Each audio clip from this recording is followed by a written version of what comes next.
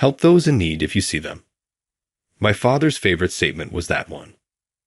There is a sizable construction company in my hometown.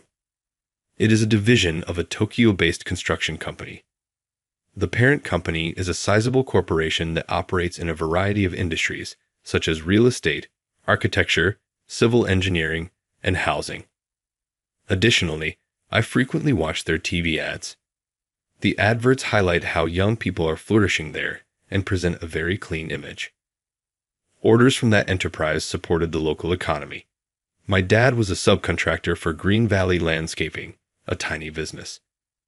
Many people undoubtedly picture gardeners or other tradesmen when they hear the word landscaping. Actually, it was more akin to a cleaning company, weeding median strips and national highways. It's like pulling weeds. Working in the blazing heat throughout the summer was particularly harsh. Blue-collar labor went on regardless of the rain. He always smelled of sweat and was tanned. On my walk home from school, I once caught a glimpse of my dad at work. The image of my father raking up grass while crouching on the ground. He was always relaxing at home on his days off. An incredibly unhip dad. However, his subordinates appeared to like him in spite of this. In addition to taking on difficult tasks and working extra, my father supposedly often mistreated his coworkers. Some even claimed to owe him money.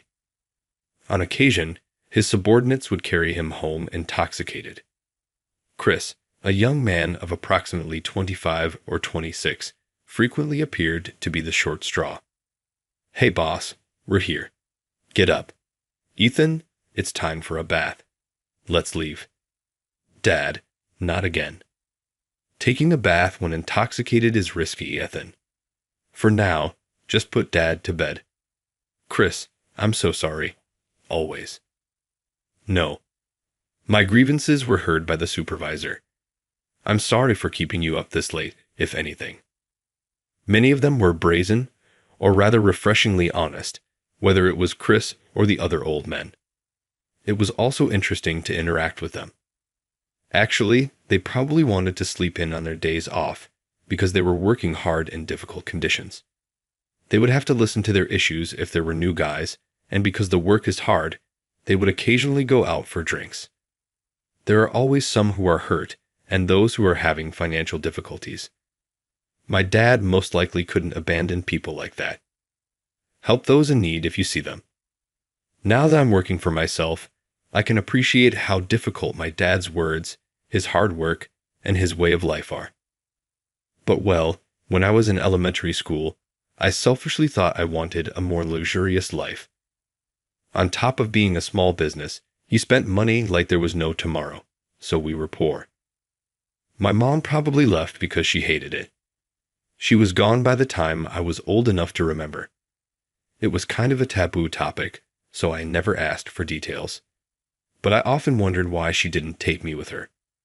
Thinking about it after I got older, for my mom to leave her young child, there must have been some extraordinary circumstances.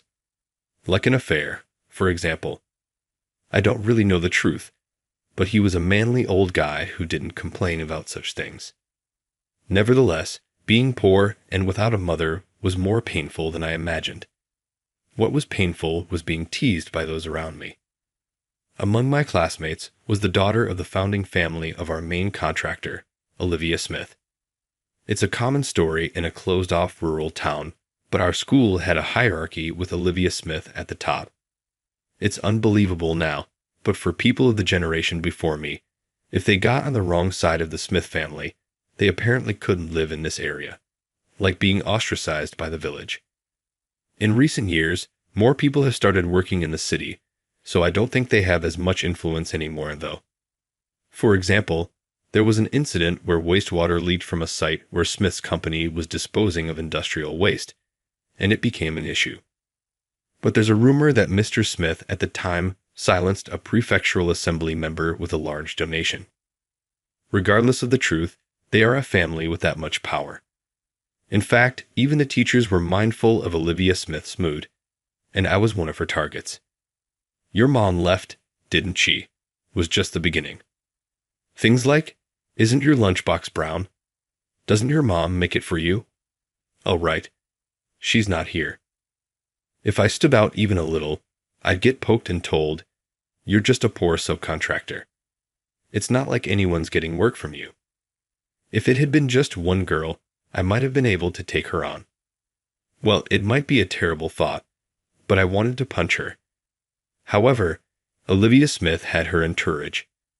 They were all children of parents who worked at Smith's company or children of subcontractors. There were other classmates who weren't, but they didn't actively get involved. Indifference, like she was something to be avoided. They were protecting themselves so they wouldn't get involved. In fact, when other kids were being bullied, I had the same attitude. Besides, I kind of had my own thoughts about my mom not being around. And it's true that the lunches my dad made were mostly fried food and grilled meat. Very much a man's meal. Actually, at that age, I was grateful for something so filling, so I ignored it. When I ignored her, she started attacking me physically. She poked me with a pencil from behind during class, or blocked my way when I tried to go to the bathroom. Each incident might have been minor, but when they piled up, it really got to me. There were times I cried out. In class, the teacher looked at me, but after noticing Olivia Smith and her friends snickering, he immediately continued the lesson as if nothing had happened. She probably hated being ignored, so I'm sure she hated me for acting unfazed no matter what she did. At the time, I didn't fight back because of my dad. It would be a big problem if he lost his job, so I'd endured it. However, the only thing I told my dad about was the lunchbox. I asked him to make it more colorful. If that would stop the harassment, it was a small price to pay. After a while, my grandmother, who had been living alone, came to live with us. My grandmother's lunches had a lot of simmered dishes and things, so in the end, they were still brown. That summer of my 5th grade, I had no one to play with and nowhere to go, but I didn't want to see my classmates. So I decided to go a little further out. I said it was for a free research project, and I thought I'd play at the river's source. I put my lunch, a water bottle, a periscope, and a picture book I made the day before into my bag. My dad's worksite happened to be nearby, so he gave me a ride part of the way. The forecast is for clear skies today, but if it rains, get away from the river immediately. I'll be fine. If the water rises, you'll get swept away. No, I won't get swept away. Hey Ethan, the boss is worried, too. Yeah, right. People have died before. Be careful. Not just my dad, but the other guys too, were so stern about it. So, I just nodded for the time being. The source of the river was a park, and I had been there before on a field trip, so I didn't think it would be that dangerous. After parting with my father, I walked along the paved road and took the periscope out of my bag. I had made it myself last night from a milk carton. It was just a cutout piece, but I planned to use this homemade periscope to observe the creatures at the bottom of the river and write a report. Suddenly, something white caught the corner of my eye. Looking closely, I saw someone crouching a little way from the park entrance. The park at the headquarters is far from the city, so apart from school field trips, even tourists rarely visit. I heard that university students once conducted a water quality survey there, or that it was featured on TV. It's a person, right? I approached cautiously, trying not to make a sound, and observed. A white t-shirt and a denim-like skirt.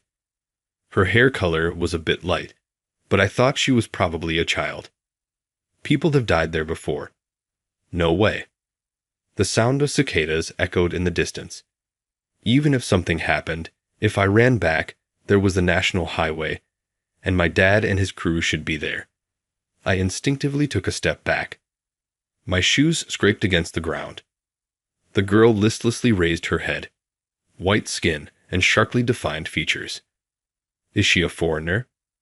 No. Maybe she's mixed. Hello. Why English? Oh, just because. What are you doing? I feel sick. For a moment, I thought I was being insulted, but apparently, She was feeling unwell. Should I call your parents? They're not here. I came alone.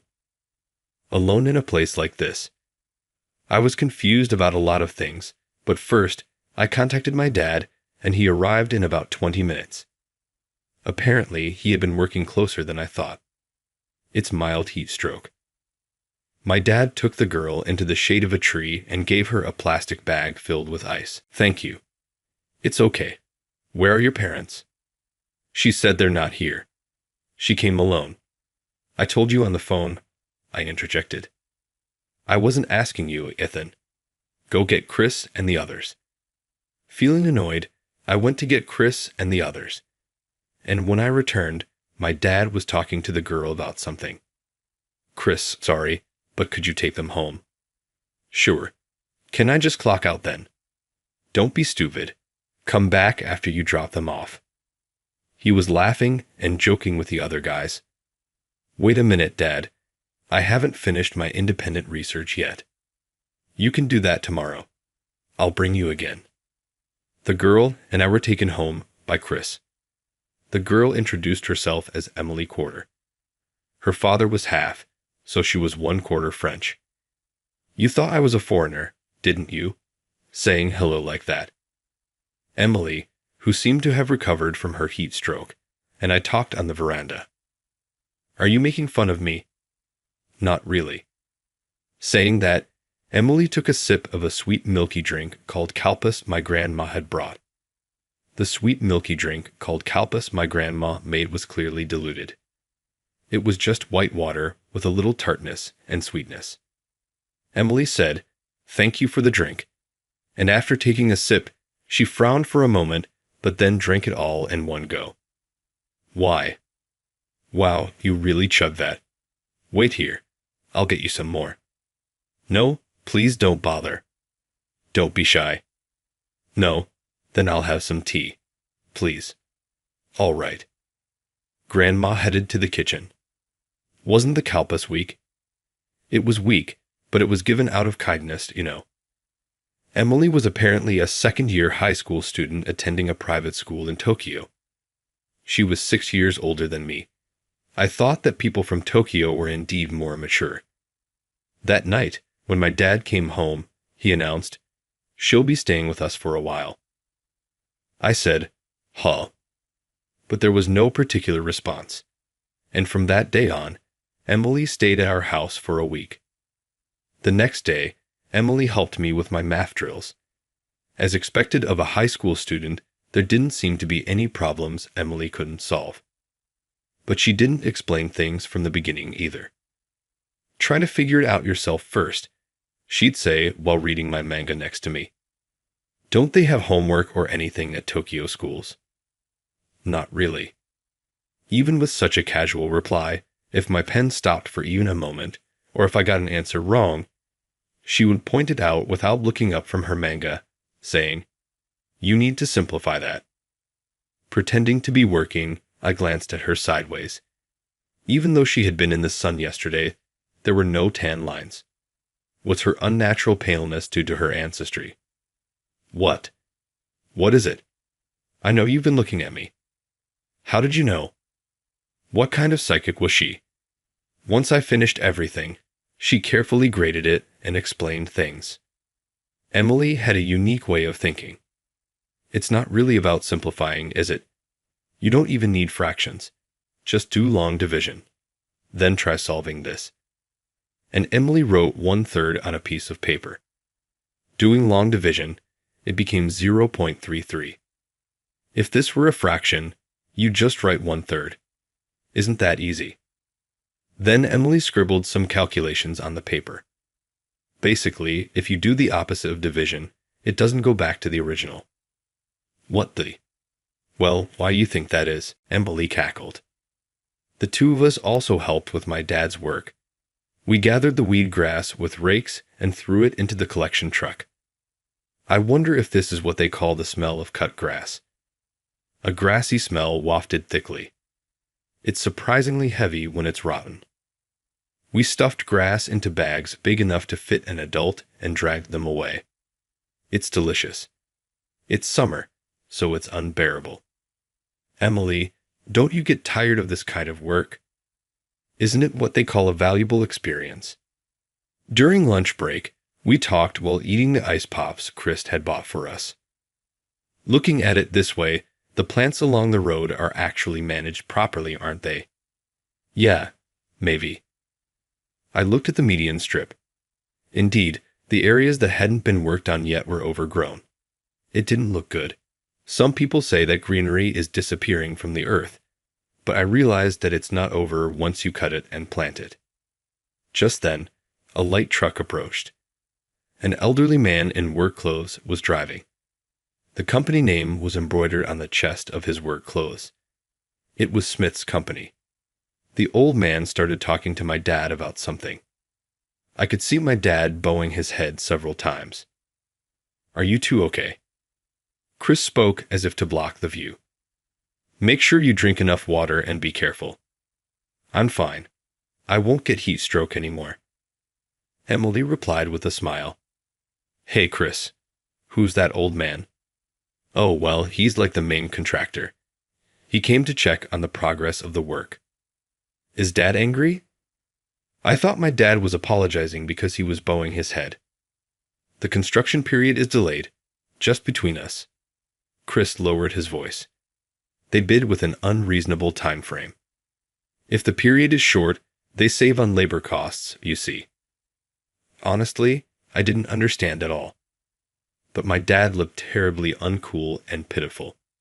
Emily probably understood what was going on. She looked at me as if she wanted to say something, but in the end, she couldn't seem to find the words. By the way, Emily fell asleep before dinner that day. I think she was quite tired. The next day, Emily and I did the independent research we were supposed to do the day before yesterday. As expected, Emily wasn't very knowledgeable about aquatic life, but she subtly supported me with things like how to collect data for the report. What's wrong? There's a strange fish. And I pointed at the water surface. Is this a char? It was swimming, wriggling as if scraping the riverbed. Maybe it got scared and ran away when it was about to be caught. Oh man, that's awful. Saying that, Emily moved back a little from the river. She squatted down, vaguely watching the fish. Hey, isn't this boring? Me? Why? Because there's nothing around here. Nothing. Emily pointed towards the trees and grinned. There are mountains. She scooped water from the river and splashed it on me. There's a river. Hey, stop it. That's not what I meant.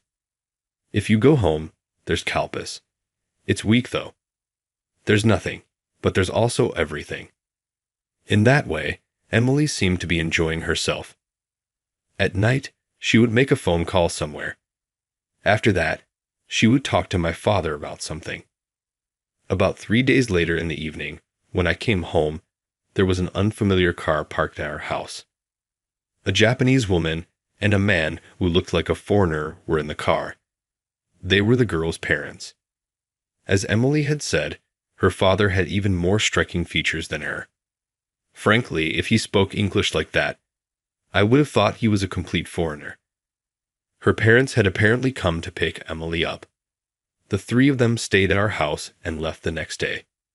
Emily's father and my dad exchanged business cards and talked a little.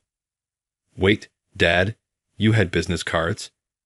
Compared to my dad, who was talking loudly after having some alcohol, Emily's father was somehow refined.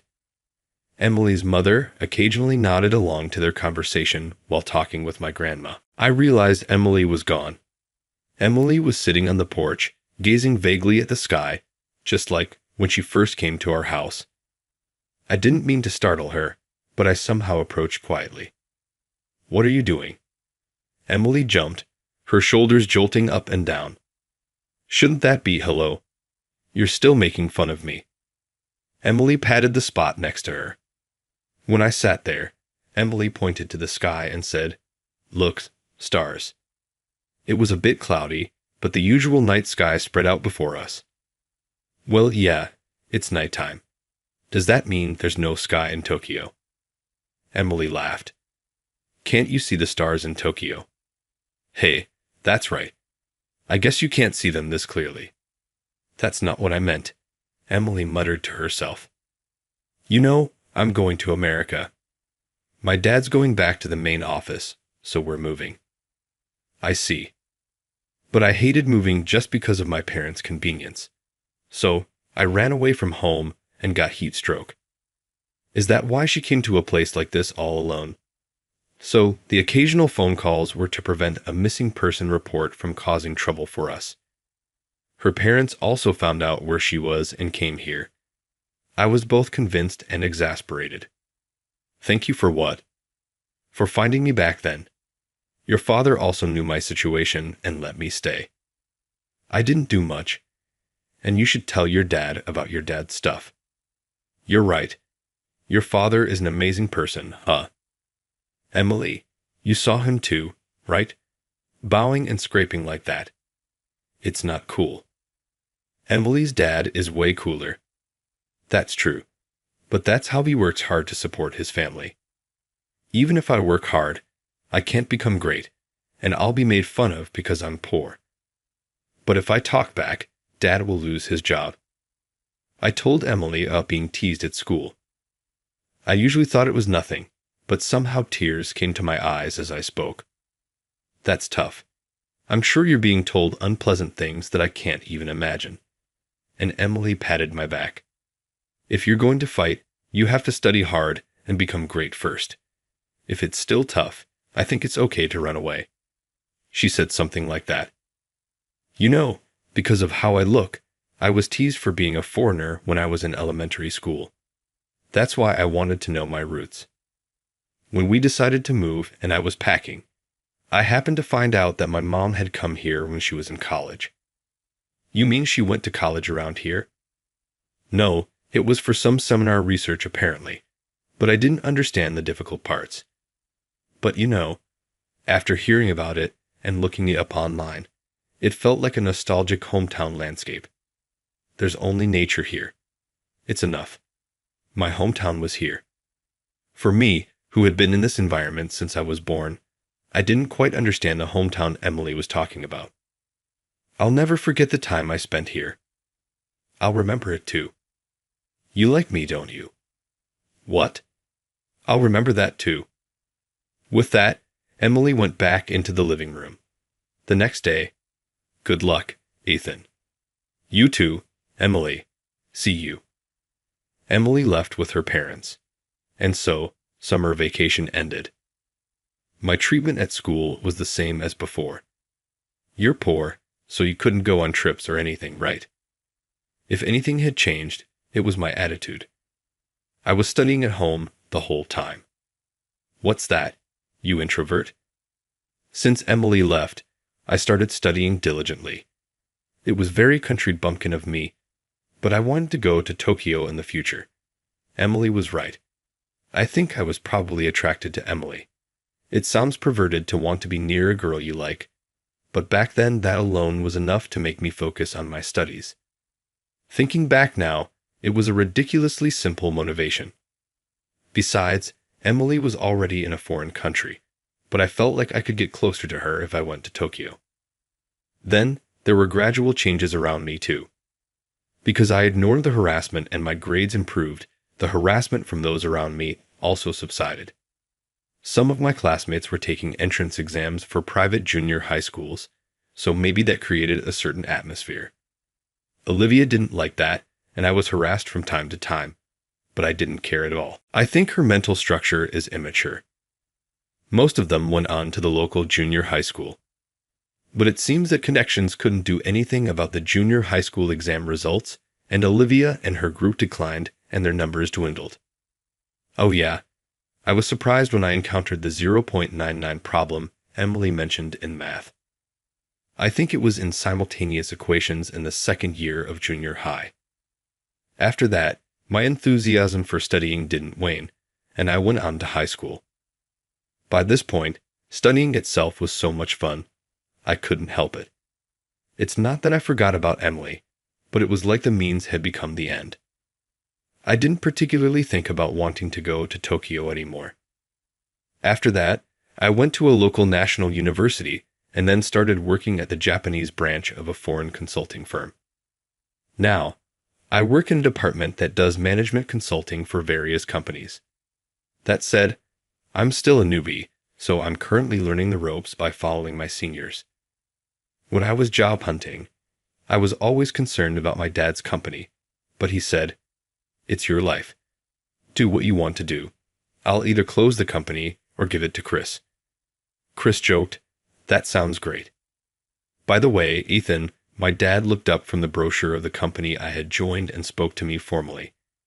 His eyesight seemed to have declined considerably recently, and he was looking at me from behind his reading glasses. "Was it about 10-something years ago?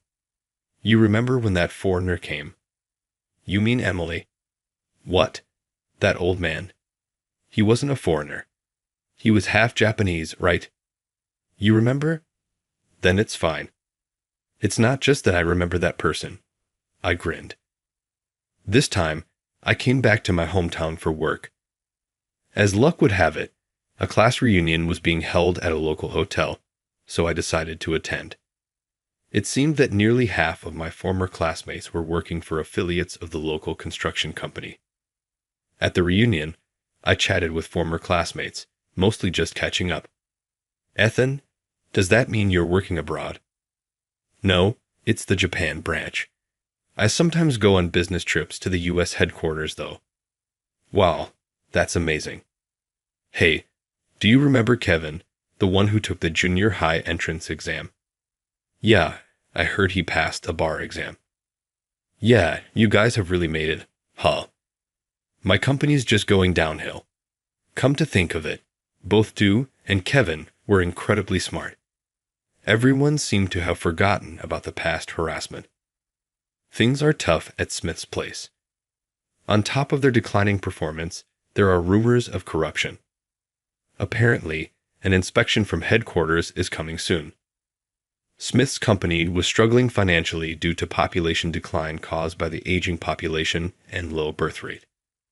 Consignments from the head office were decreasing, while revenue for the first half of the year remained flat compared to the previous year. In the countryside, even this kind of gossip would probably be a hot topic for a while. How carefree. As I was thinking about such things and nodding along to the conversation, I felt something cold trickle down my neck.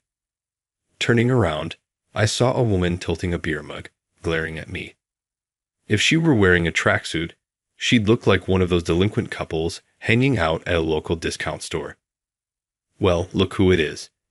The poor guy who ran away from his hometown. "You're filthy, so I'll disinfect you." "Hey, Olivia, what the hell are you doing? This is seriously not okay." "It's because this Tokyo guy came crawling back.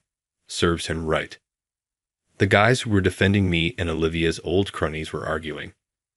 I took a towel from the waiter and made a phone call. "Hey, Olivia, don't you have anything to say?" I put my phone away and faced Olivia. This one and her entourage. Nothing has changed since the old days. They haven't matured mentally. This guy is really pissing me off. Should I crush your old man's place? Olivia let out an exaggerated laugh. "You're aging weirdly." "Is that so?" A woman approached us. "Hey, Ethan, are you okay?" "Well, this much is fine. More importantly, you were fast, Miss Miller." "This hotel seems to be affiliated too," said Miss Emily Miller. "Ms. Smith, you just lost $30 million. Ms. Emily Miller. Yes, it was Emily. By the way, I believed it wasn't nepotism. However, when I saw Emily's father as an interviewer during the executive interview, I almost cried out in surprise. Emily's father also worked at the same company. Attending the class reunion was, of course, part of the job. The team my senior and I belonged to had been requested to provide management consulting services by a construction company in Tokyo. Apparently, they were considering restructuring due to the poor performance of a regional subsidiary. When I inquired further, it turned out to be my hometown. The company with deteriorating performance was Smith's company. Because it was my hometown, I asked for some time to think about it. That's why I was investigating related companies this time. Since it was a company rooted in the local community, I was gathering information while attending the class reunion. In conclusion, Smith's company was separated from its affiliated companies, and its subcontractors were merged to create a new limited partnership. My father's company also participates in bidding for public works projects as the landscaping department. Such tyranny should not be permitted, and Mr. Smith was on the verge of filing a lawsuit. I have connections with politicians here. But if that's the case, I'll make this public, said Ms. Miller, showing some documents along with a picture of a fish. It was a picture of a fish with a bent spine, similar to the fish I saw when I did my independent research a long time ago. Wastewater from the factory had seeped into the soil and was flowing into the river. Wasn't that fish injured? A long time ago, a university research team investigated the water quality in this area. It was when the previous president was still in charge. I know. I was already working there at the time, but that was like a fabrication. According to the government investigation, there were pollutants, but they were within the standard limits, right? Yes, your company bribed politicians to cover it up. And even if it was within the standard limits, pollution was occurring. What are you talking about? Where's the proof? Miss Miller took out a campus notebook. Research funding was cut. The professor was demoted, and the research team was disbanded. This notebook contains the research content at the time and its outcome. It's my mother's journal. Then Miss Miller swatted away the hand of the president, reaching for the notebook. After carrying out a one-time restructuring, most of the employees will be re-employed by the limited partnership. Your company will go bankrupt. But if you wish, we will support you in finding new employment. However, if you continue to pollute my hometown, I will not show mercy. In the end, Smith's company went bankrupt. It turned out they had been fraudulently reporting profits from the previous fiscal year and were heavily in debt. So, your mother came here to investigate the river's water quality, Miss Miller? It seems so. But the rumors about Smith's company's fraudulent accounting were just rumors. How did you uncover it? I remembered helping your father with his work. I scrutinized the flow of cheaply fudged labor costs. It was surprisingly simple once it was over. However, it was unexpected that helping Emily would lead to such an outcome. Did that make you feel a little better? About what? About you being bullied? It turned out to be quite the revenge, didn't it? Not really. More importantly, there were people in that company who work seriously. So, this is where the real challenge begins, right? Good. Yes, we're not crushers. So, we have to work hard to make sure no one is left in trouble. You're poor, and you're not embarrassed to come to the bank. A newbie spat out at me as I was leaving the bank after completing my transaction. He seemed to become even more agitated when I ignored him, and he began to say something ridiculous. You intend to flee, then never return again. Poor people should simply hide their money beneath the mattress if that's the way things will be. I followed his wishes. I am impoverished, as you claim. Thus, I'm going to stop using this bank. John is my name. My father left me a factory to run. Even though I'm 63 years old and not very good with machines, I still feel young in heart. For this reason, I have given my kid full control over all computer-related responsibilities. My wife also says, why don't you give it to your son and retire? However, I want to work as long as my body is capable of doing so. Not because I don't believe in my son. He began working at this factory as soon as he graduated from college, gaining experience and gaining the respect of his coworkers. However, I simply adore my job. People in my industry sometimes think less of us simply because we work in factories. Indeed, the majority of our activity involves subcontracting, and we are very different from the firms you see on television in terms of visibility. However, there are advantages to running a small business. For instance, the staff members are like family, and we all support new hires together. The ability to sit down and converse with everyone brings warmth. I've grown increasingly convinced of that as I've aged. My father Tom has always told me that I will become president eventually, even when I was a young child. I was proud to follow in his footsteps as a child, but as I got older, it started to seem more like pressure. I rebelled against him a lot during my adolescence. Do your homework. You can't continue operating the business in that manner. My father constantly reprimanded me since I didn't enjoy studying. I'm tired of having your life dictated. I'll make my own life decisions. After that, I left home and obtained a work at a different company. I rarely went to my parents' place after that, and I had a tense relationship with my father. The relationship with him started to become better around 10 years after leaving home. After making the decision to tie the knot, I made my first long-awaited trip home to present my fiancé. He appeared to be much older because I hadn't seen him in a while. I had assumed up until that point that my father was constant and eternal. He will naturally age like me, yet I recall being taken aback by that insight. My wife convinced me to go back home and work for his company, where I had to start from scratch like any other new hire. At the age of 40, I'd assumed the role of president after being acknowledged by my father and seniors. It's been over 20 years since then. Though we've had tough times with the economic fluctuations, we've managed to get through by sticking together. There's a major bank branch near the factory, which is convenient and where I always go. It can get a bit crowded, but the bank staff's service is always courteous and pleasant. But things changed a bit this year. Among the new recruits this year, there was one with a bad attitude. His name is Ryan. I had dealt with him before when I used the bank. One day, I went to the bank to withdraw $300. He was polite and friendly, and despite being young, he seemed competent, handling his tasks efficiently without keeping customers waiting. Thank you for waiting.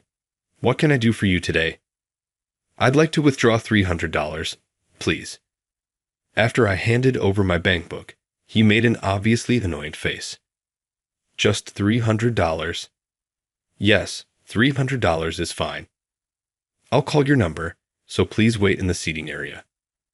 Though he seemed polite, as I was returning to the waiting area, I heard Ryan mutter under his breath. Just $300. Himph. Pathetic.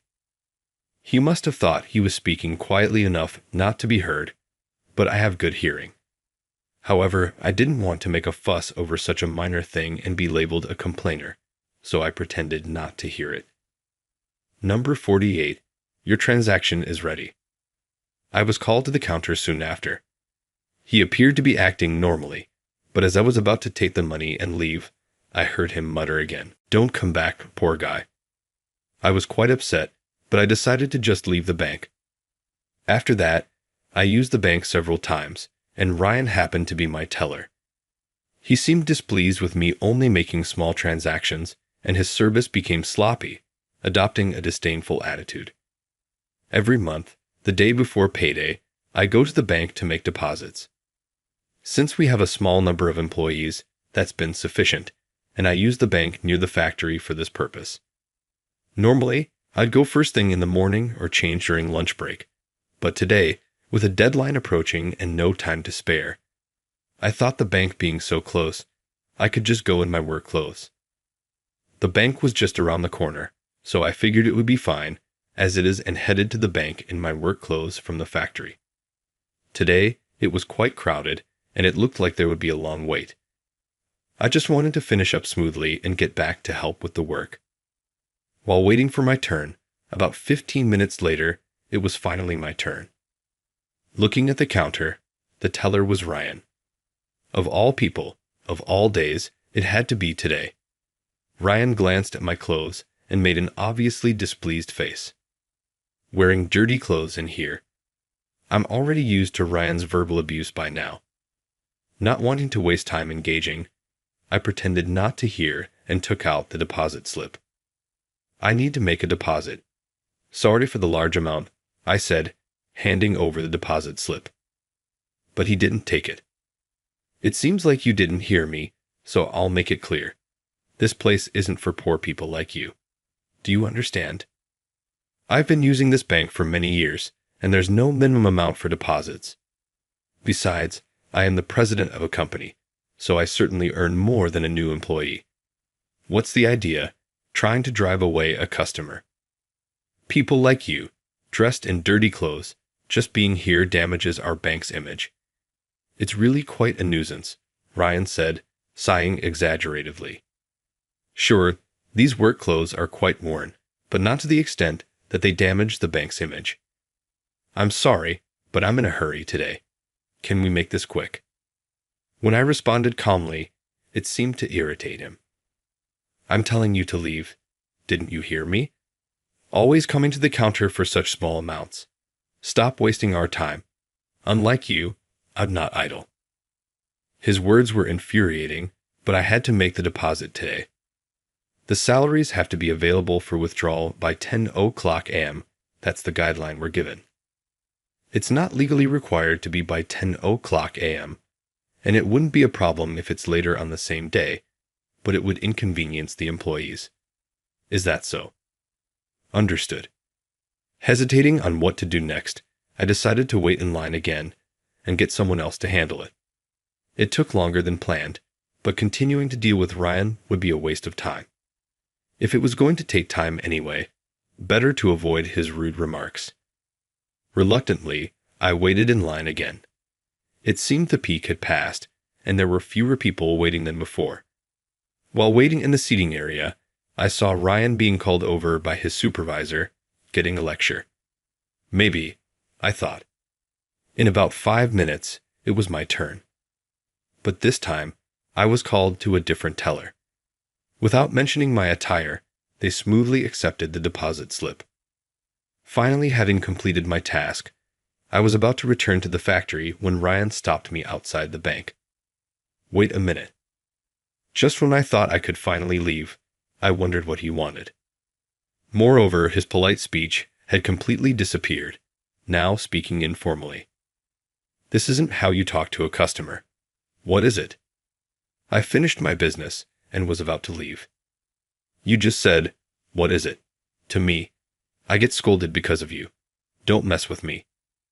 The scolding he received earlier was probably about his attitude, but this is a ridiculous accusation.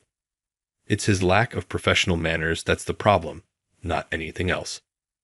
He was probably told to apologize, but instead of doing so, he's lashing out. If you get scolded, it's not my fault. Other staff treated me just fine. You're the one at fault for trying to kick me out with your arbitrary logic. It's your fault for coming to the bank even though you're poor. I was just kindly telling you that you're out of place. You insisted on staying, and that's why I get scolded. He clearly has no intention of listening. I'm glad we don't have anyone like him among our younger employees. Am I not allowed to come to the bank because I'm poor? There's no such rule, right? It's not about rules. Aren't you embarrassed to come here? I've never thought it embarrassing to go to the bank. It's a place I use because I need to. Nothing more. Do people really worry about appearances in such places? Do you worry about how you're seen by others when you go to the bank? That sounds like a hassle. I'm not poor like you. I don't wear shabby clothes even when I'm just stepping out. I couldn't help but retort. To get back quickly, I decided to ignore whatever else he said. Is that so? I'm in a hurry, so I'll be going now. Planning to run away? Then don't ever come back. Poor folks should just keep their money under the mattress. For a moment, I was dumbfounded by his words. Mattress banking. As if I could store the important company funds like that. It contains the employee's salary. I had trusted this place to keep it safe. But well, if that's how far he's going to go, I might as well do as he wishes. Is that so? Understood. As you say, I am poor, so I will no longer use this bank. Ryan seemed taken aback by my smooth retreat. He probably thought I would argue back and was ready to use that as an outlet for his stress. I'll come back another day to close the account. With that, I returned to the factory. After successfully meeting the deadline and when things had calmed down, I was at another bank opening a new account. It's a bit farther from both my home and factory than the current one, making it slightly inconvenient. But I chose this bank because I heard I could use ATM services at convenience stores and handle payroll transactions online. I'm not great with the internet, but my son has taught me a lot, and I indeed find it convenient. After opening the new account, I headed to the bank near the factory I always used. My goal today was to transfer all the money to the new account and close the old one. This way, I truly wouldn't need to come to this bank again. The bank was not busy today, and it was my turn quickly. What can I do for you? I want to transfer the entire balance of $350 million from this account to another one. $350 million. Excuse me, but is there any chance this could be a scam? The bank clerk seemed bewildered by the large sum. It's fine. I've opened a new corporate account at another bank, so I came to close this account. Just a moment, please. I'll call the branch manager. The clerk hurriedly went to the back. Guided by the returning clerk, I was led to a partition booth. Sorry for the wait. I'm Anderson, the branch manager. May I ask why you're closing your account? I've opened an account at a bank near the station, so I plan to use that as my main bank from now on. Therefore, I won't be using this bank anymore and would like to close my account. Mentioning the rival bank, Anderson looked panicked. But that's a bit far, isn't it? Considering your factory's location, our bank would be more convenient. The distance is farther, but I've made arrangements to operate online, so there's no need to worry. Anderson tried to convince me with various benefits, but I had no intention of agreeing. Is there a specific reason why our bank won't do? There's a young banker here named Ryan. He told me poor people shouldn't come to the bank and should just keep their money under the mattress. So I decided to close my account to avoid coming here. What? Ryan said that? I'm terribly sorry. Anderson was mortified and repeatedly apologized. I've been using this bank for years and always found the service courteous and pleasant. I don't think everyone at this bank shares his views, but his actions were too much. Anderson said he would call Ryan over, and soon Ryan was brought in, looking dragged. You've been quite rude. What were you thinking, speaking to our customer like that? Under Anderson's stern questioning, Ryan stumbled over his words. But I've dealt with this person several times, and he always uses only a little money. It's a nuisance when we're busy. Anderson was exasperated by Ryan's reasoning. How can you say such things to our customer? Judging people by the amount of money they use is not fitting for a banker. Ryan seemed taken aback by Anderson's strong words. What you did was wrong, and it can't be undone. But what's important is what you do next. Apologize properly to John. I'll apologize with you. Anderson, now speaking in a calm tone, urged Ryan to apologize. But pride wounded after being scolded by his supervisor, Ryan became defiant. I haven't done anything that requires an apology. I just said it was a nuisance, because it is. I'm just stating facts. Even Anderson must think it's a waste of time to be bothered with small matters. I taught you to treat every customer with importance, no matter how small the matter. I instructed you to handle each task with care. It's the accumulation of these small efforts that builds a good bag.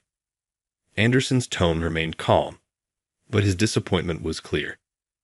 I'm sorry my training did not prevent you from experiencing discomfort. I truly apologize. No, I understand. Your words were sincere.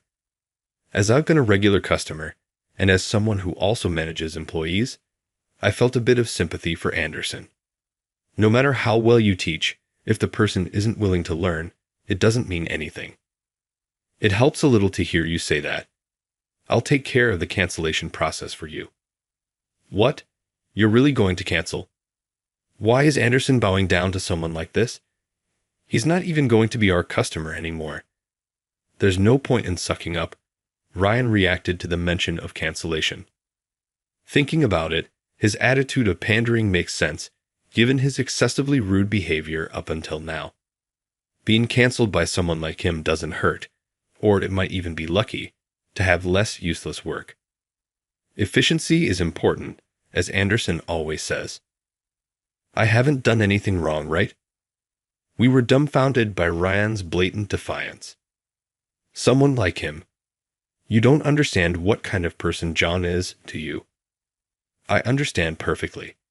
A poor person who doesn't deposit much money, but has the leisure to come to the bank, Ryan said, laughing outright. You don't understand at all. John runs a factory and has been managing a corporate account with us, depositing hundreds of billions. You chased him away when he tried to transfer from the corporate account. Wait, but he always.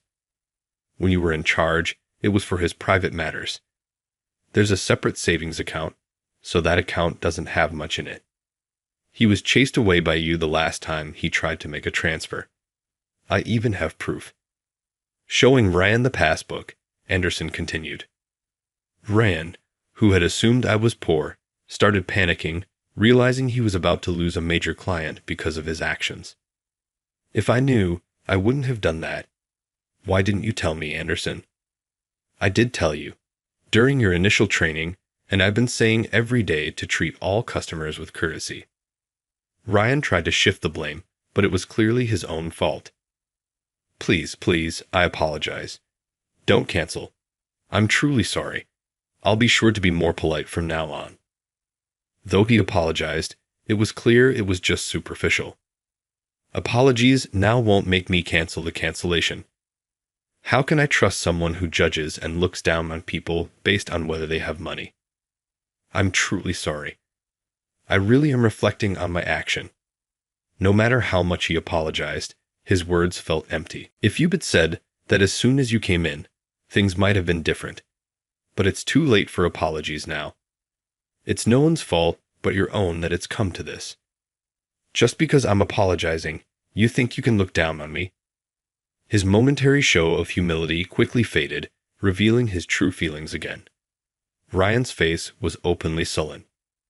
If you don't shape up, we might have to consider letting you go. Anderson raised his voice. Are you threatening me? I'll report this to the headquarters. I'm being bullied by Anderson. Thinking he had no chance of winning against me, Ryan started to attack Anderson. Perhaps he was hoping to obscure his own responsibility for the cancellation.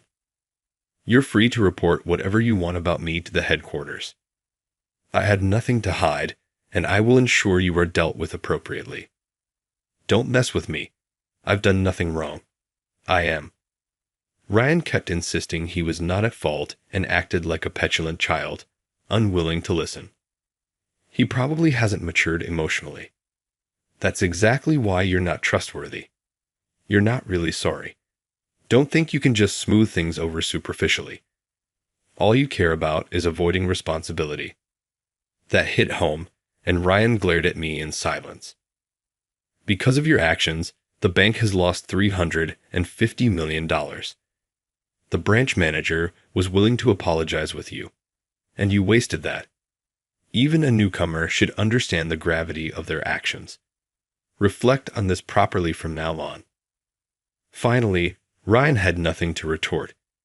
He opened his mouth several times as if to say something, but no words came out. In the end, Anderson processed the cancellation, and I transferred the corporate account to another bank. I truly apologize for this time, and thank you for using our services over the years. If there's ever a chance, please consider using us again. Anderson politely saw me out. As I left the bank, though I felt sorry for Anderson, I doubt I'll ever consider using this place again. Anderson had been generous in his response to Ryan's actions. Considering Ryan was still in his first year, he opted for a severe reprimand and a pay cut with the intention of retraining him from scratch. However, it seemed Ryan couldn't stand being scolded severely. He probably wasn't used to being reprimanded. Despite Anderson's kindness, Ryan wasted it, sulking and letting his work attitude deteriorate further. His colleagues looked at him coldly. He caused a major problem with his actions, yet showed no remorse and sulked instead. No one was willing to cover for such a person. Ryan seemed to have become isolated. Anderson had been willing to look after him until the end, but Rand pushed him away. "It's your fault I'm in this situation." He lashed out, eventually quitting on his own by slamming down his resignation letter. "There are plenty of companies that want me." He left with those parting words, but real life was not so easy.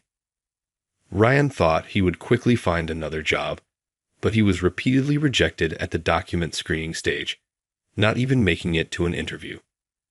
He hadn't realized how harshly the world judges a newcomer who quits within a year. Unless it was due to illness, injury, or an exceptionally toxic workplace, quitting so soon is generally seen unfavorably. And Ryan's case was simply running away. Even if he managed to get to an interview, passing would be difficult. Having been part of many interviews, I've seen a lot of people. Among them were young individuals who, like Ryan, quit their jobs shortly after starting. I've heard various reasons, including complaints about their previous companies and admissions of lacking patience. We've hired such young people if they seemed capable of continuing with us. But if I were the interviewer, I wouldn't choose Ryan. He hasn't shown remorse for his actions and would likely quit again if faced with similar circumstances. Experience teaches you to recognize such tendencies. Without a change in attitude, he won't find employment. After starting to use online banking with my son's support, I've become proficient in its use. Once accustomed, the convenience and time-saving aspect of not needing to physically go to a bank is significant. While I can forgive Ryan, this situation has been a good opportunity. As you age, there's a tendency to be resistant to new things. However, I now aim to be more open to adopting new technologies. Riding the wave of change like that, I want to work as long as possible.